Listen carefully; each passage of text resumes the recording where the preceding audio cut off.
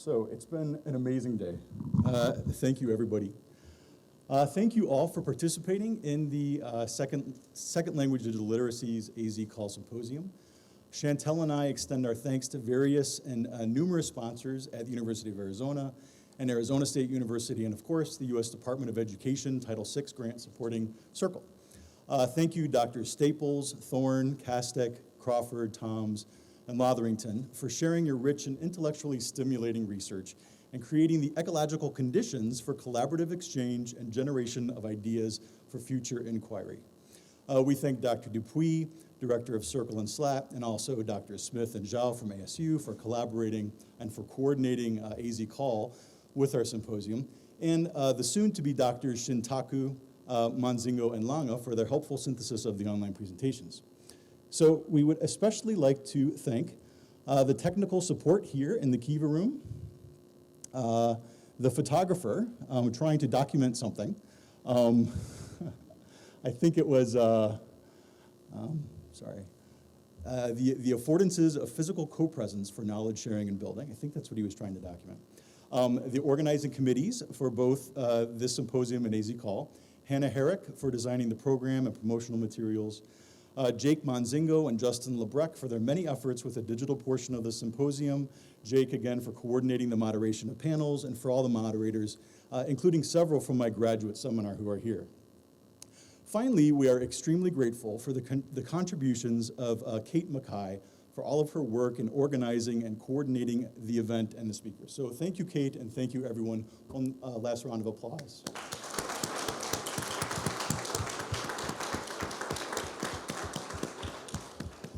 So where did the idea for this hybrid conference come from? On the one hand, there were the financial constraints of the costs of hosting a conference in the age of neoliberal university management. However, we now see this as a silver lining, a cloud that forced us to find affordances in a technology-mediated solution. We realized that because of the topic and the nature of the content, we could ask participants to practice and perhaps develop further their own digital literacies and take advantage of the asynchronous and synchronous affordances of a hybrid format. We suspected, as Dr. Kastek noted in the panel Q&A, that this seemed to offer new ways of collaboration and that technologies offer many more potentials for interactions to be deepened and shared across disciplines. So what were some of those interactional affordances? It would be really interesting to compare the discourse and conversations that we've had here face-to-face with those, and online, with those of a fully face-to-face conference. So for a bit of insight, I conducted a quick and dirty corpus analysis of the 10,000 words that were used in the 18 synchronous chats that were held for some of the 28 online presentations. So I have a chart of the most, some of the stats and some of the data.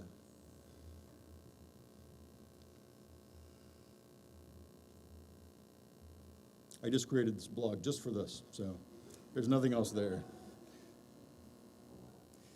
So we had,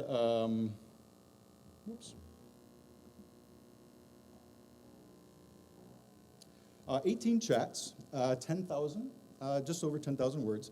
There were 488 turns taken, 27 turns per chat.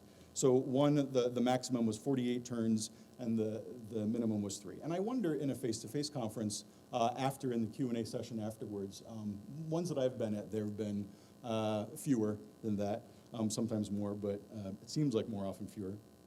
Average number of words per turn, 20, max 129, minimum 1, quite diverse.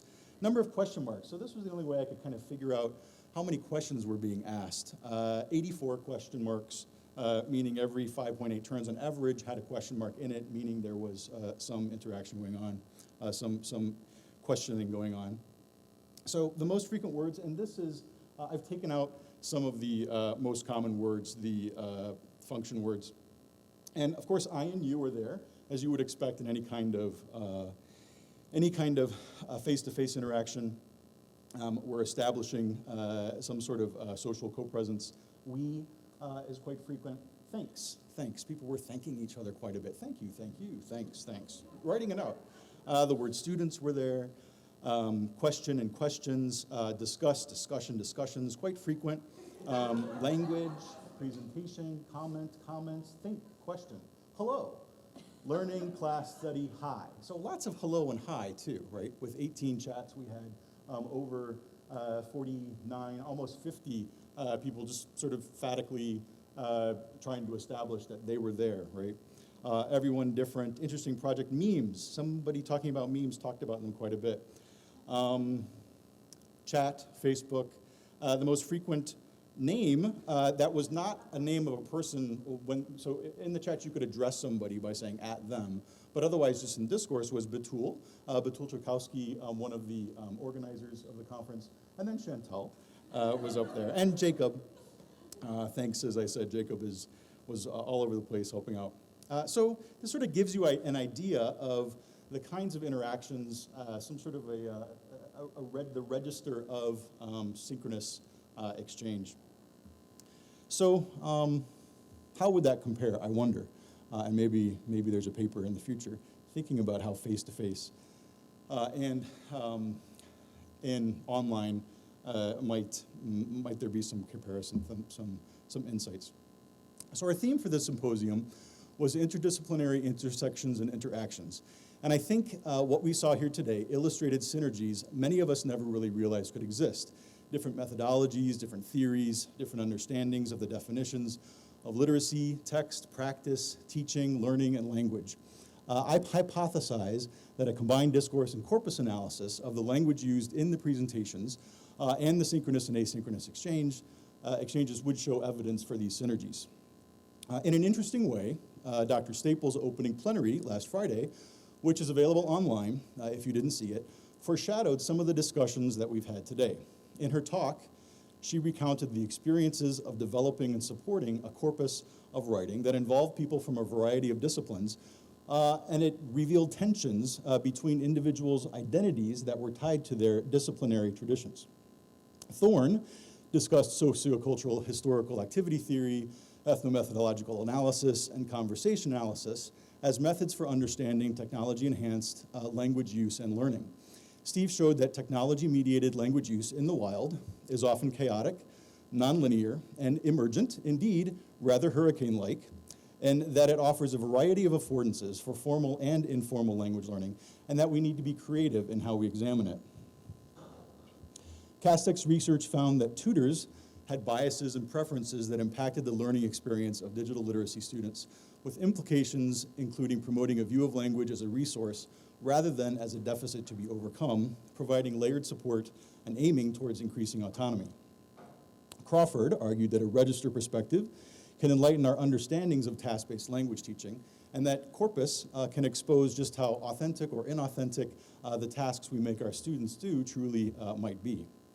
Looking at second language poetry, Spanish poetry, digital reading groups, Tom's examined the linguistic, literary, and social affordances of discursive moves and found that a variety of challenges and constraints related to the interactants and the ecologies of implementation definitely impact outcomes. Finally, although I won't be able to watch Dr. Lotherington's full talk until later, thanks to the affordances of this hybrid conference, I know that her talk was grounded in the real world of schools and the increasing and increasingly bewildering, on some level, divide between informal digital literacy practices outside of school and formal literacy instruction inside school. So thank you all again for sharing your research and your dedication to what you do. So finally, when I was in grad school, I saw a professor at a conference, and I told her how overwhelmed I was with the number of choices that I had among talks, and that many were at the same time that I really wanted to see. In response, she told me that she had decided this time to do the one-room approach. She stayed in one room for one day and thought that being in the same physical space afforded insights into the commonalities and connections among these ideas that were presented through the day that one might not thought were unrelated. In other words, there was some affordance of not having a choice, the affordances of physically, cognitively, and temporally shared co-presence. So I have felt like this all day, especially in the conversations after the talks and the panel. Ideas there emerged in ways that I'm not sure would have been available online entirely. I wonder if with all this talk of the affordances of digitally mediated interaction and learning, we may be missing something that emerges when people share the same physical, cognitive, and temporal space. The affordances of this conference, I believe, or symposium, emerge from the fact that it is hybrid, both online and face-to-face. And without both, I think the intellectual synergy we experienced here today would be neither as deep nor as rich. So thank you all again for your participation, and we hope to see you again in 2 years, in person or online.